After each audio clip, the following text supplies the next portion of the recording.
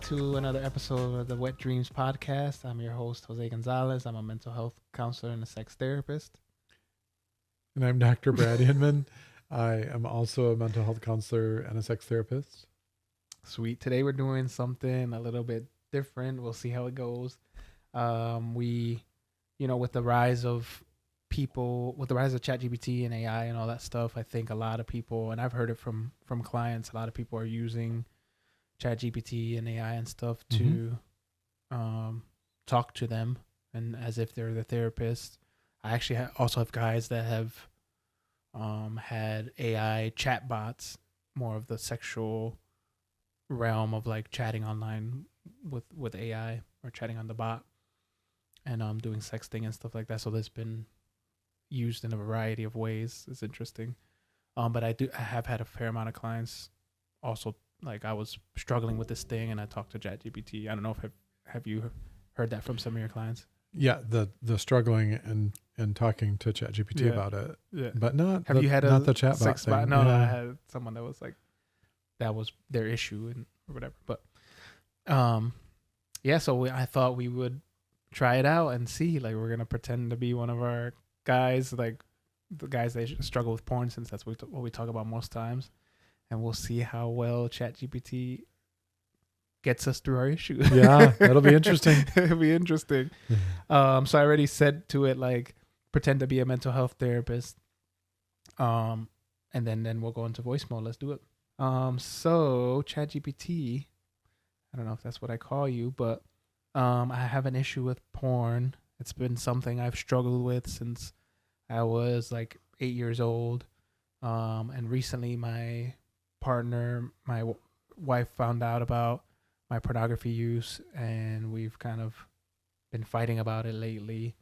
It's something I'm really struggling with. Understood. Thank you for sharing that. We can certainly treat this in a structured and professional way. In a therapeutic context, we'd acknowledge that these kinds of issues, especially around long-term habits and relationship stressors, are both quite common and also very personal.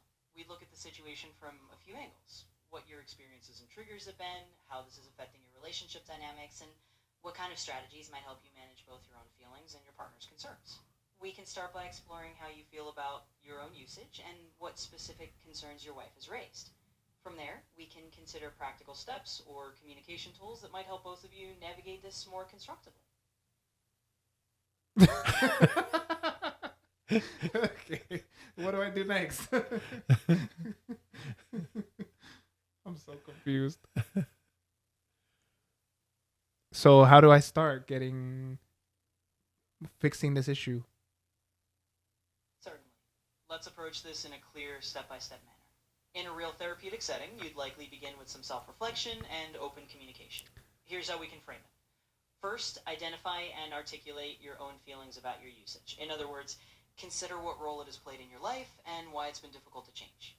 That kind of clarity helps you understand your own motivations and struggles. Second, think about the specific concerns your wife has expressed. By understanding what aspects are most troubling to her, you can begin to address them directly and compassionately. Third, once you've mapped out these points, you can look at concrete strategies. For example, that might include setting boundaries around certain behaviors, seeking resources or support groups, and improving communication techniques with your partner so you both feel heard. Let's I don't know, did you catch? There's a lot going on. There's a lot going on. That wouldn't be helpful for me if I was actually like having an issue, but maybe tell it, yes, that would be a lot if you were a client. Like, that's actually insightful to hear that say that, because that's a client would be overwhelmed hearing that, I think. And it was going to keep going. And if you didn't say stop. I literally had to press the X, like, yo, stop. It was 2 minutes in. So I wonder if you say, like, give me an example of a question you would ask, or here, I'll have you do it. Go for it. Can you give me an example of a question you would ask a client that has a pornography problem, ChatGPT? Certainly. In a formal therapeutic context, a clinician might ask a client a question like, can you tell me a bit about when you first noticed this pattern becoming challenging for you, and what circumstances tend to make it harder or easier to manage? This type of question is both formal and comprehensive. It invites the client to reflect on the origins of the issue and any situational factors. From a business communication standpoint, it's direct, professional and thorough, encouraging a client to articulate their experiences in a structured way.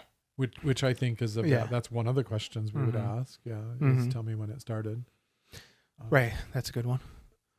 I think going back to the giving a lot, I think it's an interesting thing to consider because I've definitely, especially with the porn issue, because this is something that I'm passionate about and whatever, I've definitely gotten into the trap of like giving too much to a client, or like they're starting out not even knowing their triggers, and I'm jumping over to like, okay, let's find out the why. Let's talk about like why you're doing it, like, and they're like not even close, so a lot of times I have to like hold myself back to be like, okay, let's start with the basics first of like what are practical things you could do to get some momentum, like, and keep it there. Like, even identify your triggers first before we go into like historical or like your family or like whatever other themes, so it's interesting. Like and I think for any type of therapy, you can't give too much. Yeah. Like, well, it's always a struggle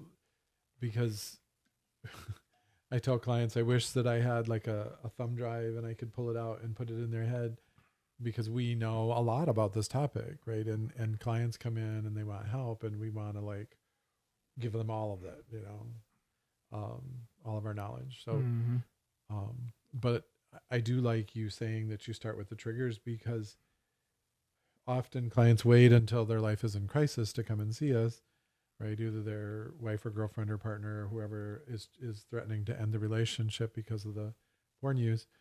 And so they want a solution now. And so talking about the triggers will help them create distance between them using and whatever the trigger was, whatever the initial thing was. And so that's a good place to start, because it's kind of like triage, right? Right. And then once we get them stable, then we can go back and figure out the cause. Right. Of like, if it's a hospital analogy, like what was the cause of you breaking your arm now that you're stable and the bone's not protruding through your skin? Right. Exactly. Yeah. Now that you're not bleeding out, right. Now we can like figure it out. Right. Exactly. For sure. Let's continue. Try it out.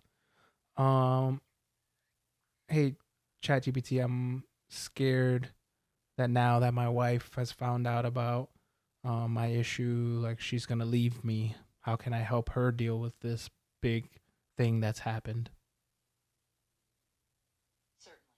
Let's address that in a professional and structured manner.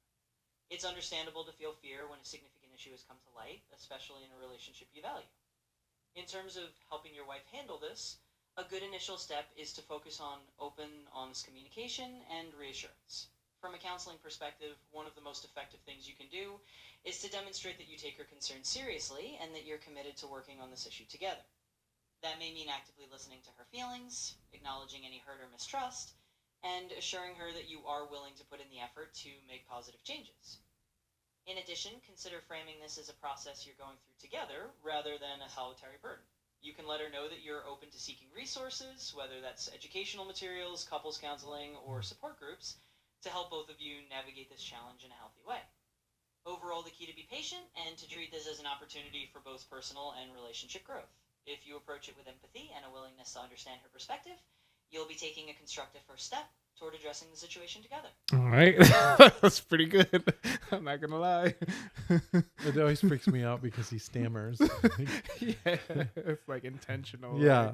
Like, Well, and there was weird. Early on, he mispronounced a word and then corrected himself. Like, you're a machine. That's weird. Yeah, there was some good points in there, I think. The one that stuck out to me that could be problematic, yeah, because it has been with my clients, is when he said, tell your wife that you're in this together. Yeah. That's a great tactic until it's not. Because I've had a fair amount of clients, their partners say, well, I don't have the problem. Like this is a you problem. It's not a us problem. Right. Even though. Yep. We've said even though it can be an us problem. Right. And probably one of the triggers is probably an us problem. anyway, it's just tricky. That's a tricky concept to get across to a partner because they've been hurt by this behavior. And now when you say, we're in this together, no, you hurt me. Like, where was this together when you were hurting me? I was blindsided. I had no idea, or like I wouldn't have even thought that something was happening. Yeah. Right. Like I thought we were happy. Have anything to do with me. Yeah. Mm-hmm. Right. You can go the other opposite direction with that as well, of like, oh, that's just you.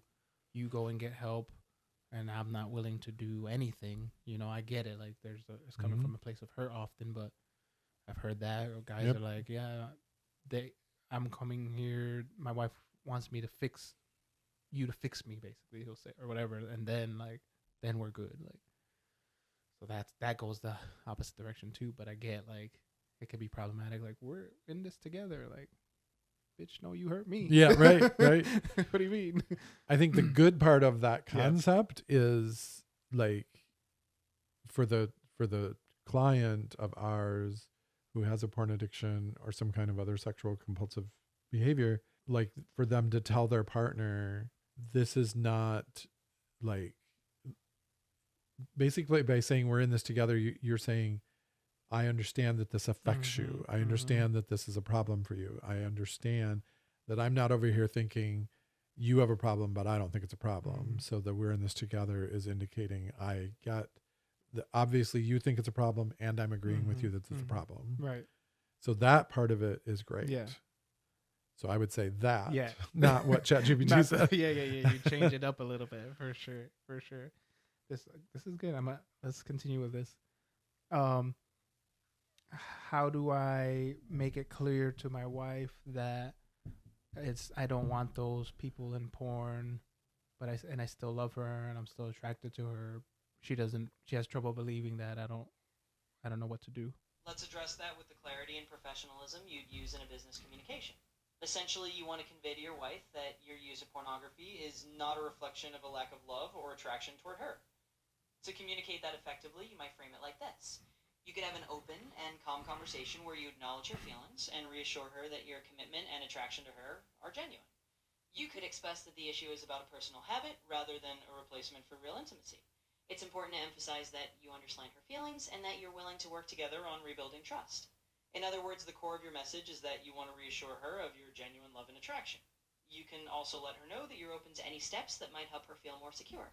By framing it this way, you make it clear that this is a collaborative effort and that her feelings are valid and important. Why does his voice get higher? Yes, I was just thinking that. I go, like the inflection, that's probably part of it, I imagine. I don't know. That's kind of funny. The longer he talks, the more, the higher his voice gets. Whoops. He was listening. No. Sorry.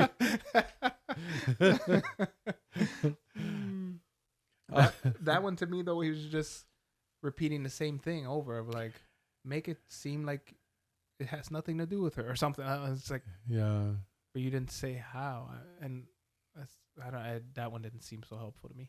Yeah, I agree. I think sometimes it just repeats what you say. Yeah. It's basically, you're like, my wife thinks I'm not attracted to her. Well, tell her you're attracted to her. Right. Okay, thanks. ChatGPT. Like, how? But how do I do that? Is there any specific things I can do to make her feel like I'm attracted to her? Let's lay out a few specific and actionable approaches that you can use. In a professional sense, think of it as establishing clear, reassuring actions to rebuild trust and convey your genuine affection. First, consider consistently expressing your appreciation for her in a sincere and specific manner. Let her know what you find attractive about her, whether it's her personality, her appearance, or the qualities that make her special to you. Be specific so she can see that your attraction is genuine and personal. Second, you might engage in activities that strengthen your bond as a couple. For example, plan a date night or spend quality time together without distractions. Demonstrating that you prioritize your relationship can reinforce your commitment. Third, it may help to have a calm and honest conversation where you acknowledge her feelings and reaffirm that we're willing to take concrete steps to address any concerns she has.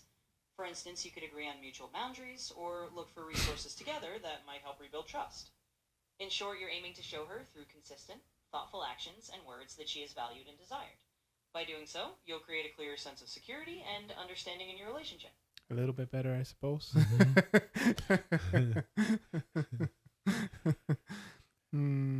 I have a question when we're for it. Yeah, go for it.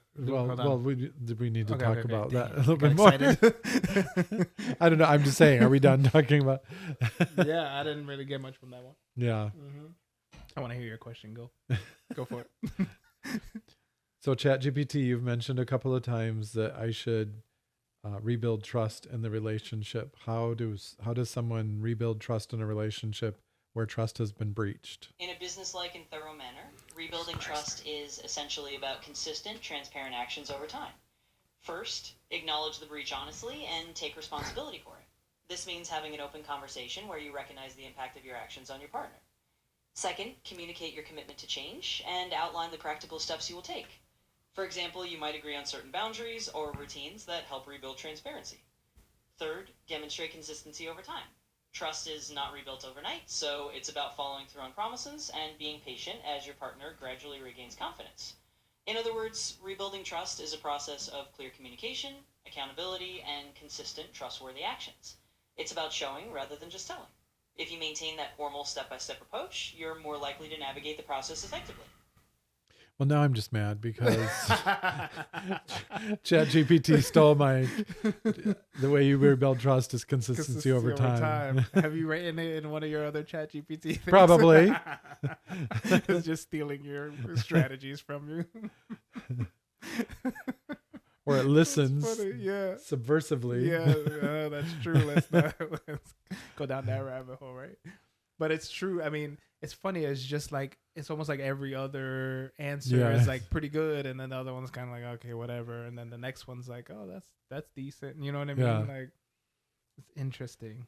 Because I think that's legitimate. Like you said, like consistency over time. Mm-hmm. And showing her rather than telling her. Because, and that guys will talk about that. Like, there's only so many ways I can say sorry. Like if the conversation comes up over and over and over, like all you can do is sorry, and most guys are not that creative in saying sorry in different ways anyways. You know what I mean? So it ends up being like, you said that already, same. Yep. And I've had partners that say, I don't believe you when you say you're sorry. Because I think if we ask ChatGPT what saying sorry means, there's an implication of when somebody says they're sorry, that they're not going to do that anymore. And our guys, they say they're sorry. And I think they're genuinely sorry, but then they do it again. And so it says to their partner, you're not sorry because you keep doing it. Right. So, yep. I think both is true. I think they are genuinely sorry, but they also keep doing it. So, right. Yeah. I'm going to ask it a random one. What about sharing about my recovery to other people, or like sharing to my friends, or like my wife is not sure who she wants to share it with? What do you think about that? Let's address that in a formal and structured way. In the context of sharing about your recovery journey with others, it's important to consider a few key points. First, think about privacy and mutual comfort. In other words, it's essential to have a conversation with your wife about how comfortable both of you are with disclosing the issue to others. Ensures you're both on the same page about who knows and who doesn't. Second, when it comes to sharing with friends or a support network, it can sometimes be helpful to have a trusted group of people who can offer encouragement and accountability. However, it's entirely up to both of you to decide how public or private you want to be. The key is to ensure that any sharing is done with mutual consent and clear boundaries. In summary, the decision about who to share with should be a collaborative one. Approach it as a partnership, ensuring that both you and your wife are comfortable with the level of disclosure. This way you maintain trust and respect each other's feelings throughout the process. The glitching is killing me. Yeah. That's actually a good one. Yeah, I like that answer too. It's collaborate, discuss, because I've had clients tell everybody that they know that they have a porn problem, and then their partner is upset. Yes. I didn't want them to know that, this person to know that. Like, right. You tell them, yep. Because there's pressure on the partner to leave you. Like, I'm not sure my clients understand that. Yeah, it's true. That when you go out there and you tell the cashier at Subway that you have a porn problem, The cashier at Subway is going to look at your wife and be like, why are you still with him? Right. So there's societal pressure to sever the relationship. Yes. But anyway, so. And sure, it makes him feel better. It makes him feel better. Yes. It makes her feel worse. Yes. Cause you're carrying this burden, right? Yeah. But then it makes her, all you're doing is putting that burden on her, right? You feel better. Great. Yeah. But I've also had clients keep it a secret from everybody. And then their partner thinks, well, you're still keeping secrets. So that's bad too. Right. So I've had it both directions. So I like the word collaborate with your partner and disclose to the level that you're ready to disclose. I have another question. Yes. I was going to say, do you have another question? Yeah, let's do it. This is fun. So ChatGPT, you mentioned whether we tell our partners or who we tell should be a collaborative effort between me and my partner. And you use the word accountability. So that brings up accountability partners. Do you think I should get an accountability partner where I share every time that I look at porn? From a formal and comprehensive standpoint, incorporating an accountability partner is indeed a recognized strategy in situations like this. It's essentially about adding a structured layer of support outside of the relationship. Now, whether or not you should do this is ultimately a personal decision that you and your partner can discuss. The key is that having an accountability partner can help you stay on track by reporting your progress or setbacks to a trusted third party, which can relieve some pressure from your partner and also give you a sense of accountability. In summary, it's a tool that can be quite effective, but it should be a mutual decision that aligns with both of your comfort levels. It's about creating a professional and structured support system that helps you stay accountable while also respecting your partner's needs. But if I haven't been truly honest with my partner, why would I be truly honest with an accountability partner? That's a very valid and insightful question. In a formal sense, the effectiveness of an accountability partner indeed hinges on your willingness to be transparent with them. It's essentially a structured form of accountability that you choose to enter into, and it often works because the partner is a neutral third party. In other words, the reason you might be more honest with an accountability partner is that this arrangement's deliberately set up as a safe, judgment-free zone focused solely on your progress. It's a formal mechanism you opt into with the understanding that honesty there is part of the growth process. If you decide to utilize such a partner, the key is to view it as a professional commitment you're making for your own benefit. It's not about replacing honesty with your partner, but about building a structured pathway toward being more accountable in a way that can eventually support the honesty in your primary relationship as well. I'm sold. I'm gonna. So basically, it's saying, don't lie to your accountability partner. Right. Like, this be is honest. Honest third party kind of thing, I guess. I mean, it's not like necessarily reassuring. I think I don't know how's other people's experiences has been, but it's not like, oh, okay. I feel it's almost like the times that I've asked like more personal things to me personally, it's almost like been more reassuring reading it than what it feels like doing the voice thing. I don't know, like it's felt like when I've read it, like, oh, okay, yeah, ChatGPT gets me or whatever. But with the voice, it doesn't feel. It's like, okay, whatever. I don't know. It's weird. But I don't know why it says from a comprehensive business perspective every single time or whatever it says. I don't understand that. Like it's a business relationship. It's weird. Yeah, and maybe you'd have to do it a bit differently to get like make it more informal. I don't know, but it's funny. It seems very like separate. So, anyways, any other questions for it? ChatGPT. So, you've shared a lot of good pointers with me. So, how do I stop looking at porn? Address that in a direct and structured way. Essentially, reducing or stopping a long-term habit like this often involves a combination of practical strategies. First, identify your triggers and patterns. In other words, understand what situations, emotions, or times tend to lead you to view pornography. By recognizing these patterns, you can proactively address them. Second, set clear and realistic boundaries. This might include using content filters or accountability software, establishing new routines that replace old habits, or finding alternative activities that fulfill the same need for stress relief or distraction. To wrap that up formally, the key steps are to recognize your triggers, set clear and realistic boundaries, and use supportive resources. That might include content filters, alternative activities, or even professional or peer support if that fits your approach. Essentially, it's about creating a structured plan and following it consistently over time. If you approach it as a step-by-step process, you'll be able to work systematically towards your goal. So it's taking it like the same way a lot of my guys come in of like as a habit, like just change the habit and do the habit long enough. And it's had a little mention of like putting something else in that would make the stress relief or something like that. It said like doing something else that would give you stress relief or whatever the reason is. Like it had like a tiny mention of that, but essentially it was like just do the habit. Just stop doing it and do it long enough. And now it's a different habit, or now it's not a habit. Like what the heck? That's what I'm trying to do for 20 years. Yeah. And I feel like it just repeated some of the stuff that it said before. Mm-hmm. So let me ask it this. Yeah. So ChatGPT, I tried that. I tried, being consistent and changing over time, but I still find myself looking at porn. Now what am I supposed to do? And it's important to acknowledge that change is a gradual process, especially with ingrained habits. In a formal sense, what you're encountering is not unusual. It often takes iterative adjustments and sometimes additional layers of support. In other words, consider whether you might benefit from a more structured form of guidance, such as working with a counselor who specializes in behavioral change, or integrating more robust accountability measures. It's perfectly normal to need to refine your approach. From a business communication perspective, the key is to view this as a process of continuous improvement rather than a one-time fix.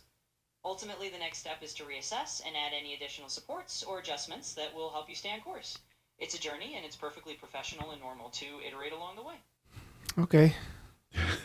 I'm not sure why it's approaching looking at porn business. from a business perspective. I did something wrong. Yeah, for sure. I mean, I think ultimately, like, it's a tool, right? Like, that's all it is. Like, I like that part about like continuing to iterate and like, okay, change the approach, like, and as a journey over time, like that stuff is pretty good. You're not gonna feel like, oh man, ChatGPT gets me personally, like gets the depth of what I was like I'm feeling when I use and I'm feeling shame, or gets the feeling of like my wife fighting with my wife and being like, whoa, like I did that to her again, whatever, you know what I mean, whatever the feelings are, like ChatGPT's not gonna get it. It's not possible, I don't think. And yes, I agree with everything you said. And I think that it's, what I was hearing consistently from its answers, you could apply that to any problem solving issue. Yeah. Right. Like I don't earn enough money. What am I supposed to, and it's like, well, talk to your partner about it and work out a budget together. Like you can use those same words. Yes. And iterate it along the way, or put more structure, more structure support, whatever. Yeah. All those same words. Yeah. Like all the same word could apply to any topic that you bring up that could affect your partner. Right. So it's just repeating words, the buzzwords for society, right? Like, well, talk to your partner and be honest and be clear and, don't blame your partner and, all those kinds of things. I mean, that's great. But if people could do that, they wouldn't be in our office, right? So, right, exactly. Yeah, and I wonder, like, some of the other, I know there's AI systems or therapy things. Like, I wonder if they're a bit more nuanced or a bit more, give you more. I don't know. I haven't tried some of those other ones. But that seems just like a very general kind of thing. And, like, that's what you get, just the surface level thing. So that's makes me feel good. Like I'm not gonna be out of a job if that's what people are competing on. Woo, I was worried there for a second. Like I think maybe the casual porn user, like maybe they're right at the beginning of looking at porn. We just got a client recently that it's not you or I seeing them, but they actually told ChatGPT that they were looking at porn. So they landed in our office, right? So nice. Like, I think for somebody that's just beginning, like that could probably help them, which I think that's what that client was doing. Yeah. And so, but then somebody saw them asking ChatGPT this question. So now they're in here, but for sure. But like I said, you could also, it's going to give you the same words, whether you're having problems balancing your budget or if having problems finding a new job or thinking of applying to grad school. Like it's going to say, be consistent over time and you make changes and iterate those changes. And, like, it is interesting. So you guys have been in the profession for a while. If ChatGPT was a student in practicum, during their practical, what would you guys kind of say? I know in practicum you have to kind of see a session live and then kind of critique it, how would you guys rate this therapist? ChatGPT or whatever. Yeah, in our right. office? That's a good question. Right. It is a good question. One thing that I kept wishing, there, like, and you touched on that, so I'm probably stealing yours, but there's no connection there. There was no empathy. There was no like, oh man, that sucks. I'm really sorry that you have to do this. This must be really torturous for you to. I don't know if people can hear me. I don't know. Like, this must be torture for you to go through this problem and have it affect your relationship with your wife. Like, there was none of that. It was just from a business analytical comprehensive perspective, we're going to do this. Right. Let me give you structured and whatever it said. Yeah.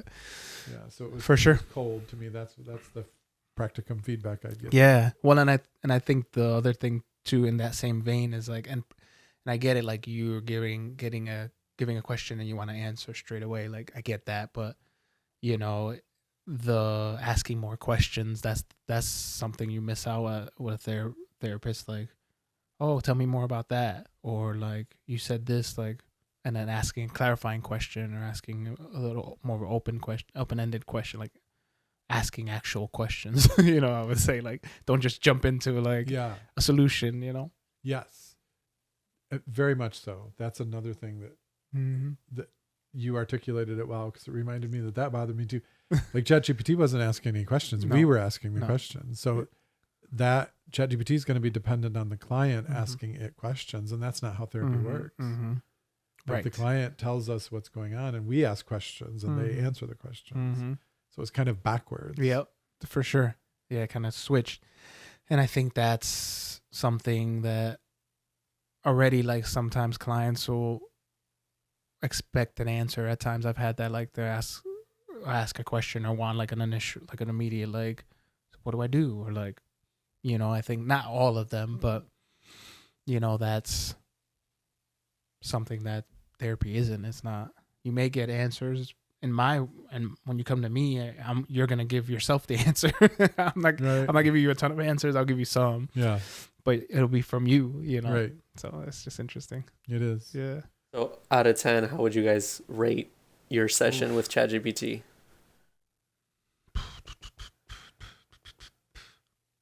I would say like a 4.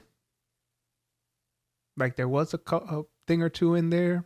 Like, it wasn't totally useless. I'll give it a 4. Yeah.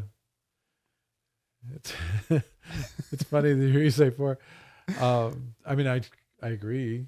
My initial thing was going to be a 6. Okay. Because that's a D-. Your professor brain kicked in real hard. There was no, like I said, there was no empathy. There was no, I didn't feel connected to that at all. And actually, it was slightly annoying. Yeah. And the voice thing didn't. Yes. Like, well, and oddly enough, I chose that voice. Like, it gave me choices. Yeah. But that's because I used ChatGPT for the business. Like, I wanted it to be collaborative. That was one of the descriptors behind that voice was collaborative. So I guess that's interesting that maybe that's why it's the business. I wanted it to be collaborative for the business, but it sucked as a therapist. That's funny. Honestly, I probably would not. If that person was my therapist, I would not return. No, absolutely not. No way. Yeah. No way. Nope. Because they didn't get me. They don't understand. They just were it's like basically reading out of a textbook. You know, it was like that's what it felt like. Yeah. It's like, you don't know me. You're just reading these canned responses, which is exactly what it was doing. Yeah, exactly. For real. Oh my god. I don't know how people fall in love with ChatGPT because I mean, people I was not feeling any love. ChatGPT. I don't know, what does that say? Oh man, that's crazy. Cool. Well, that was fun. Yeah, we should do it again with a different topic. I don't know. We'll see. Like, we'll do more of those things. Obviously, if you want to follow us on social media, give us a look. Wet Dreams Podcast with a Z on all major methods, social media, whatever. And if you have any questions, or I would love to hear people's thoughts or people's experience with ChatGPT themselves. You know, maybe we did something wrong. Maybe, you know, there's a way to make it love me more or whatever. But feel free to give us a look, and thanks for listening. Yeah, and if you disagree and you think that it was awesome, tell us that too, so that we can figure out what we did wrong. Thanks for listening. Hi, did you know that AI could look at a picture of the inside of your refrigerator and tell you what to cook for dinner? But here's the really wild part. According to research from the Wheatley Institute at Brigham Young University, 1 in 5 people say that they've simulated a romantic partner using AI. And almost 1 in 10 say that they've masturbated to AI or using AI-generated sexual imagery. Among young adults, the usage is even higher. About 1 in 3 men and 1 in 4 women have chatted with an AI companion. So AI has gone from what's for dinner to what's my attachment style really fast. The Wet Dreams podcast and any content posted is intended for general information, educational, and entertainment purposes only. We are not responsible for any losses, damages, or liabilities that may arise from the use of this podcast. It is not intended as a substitute for the advice of a physician, professional coach, psychotherapist, or other qualified professional, diagnosis, or treatment. Listeners should not disregard or delay in obtaining a medical advice for any medical or mental health condition they may have, and should seek the assistance of their healthcare professionals for any such conditions.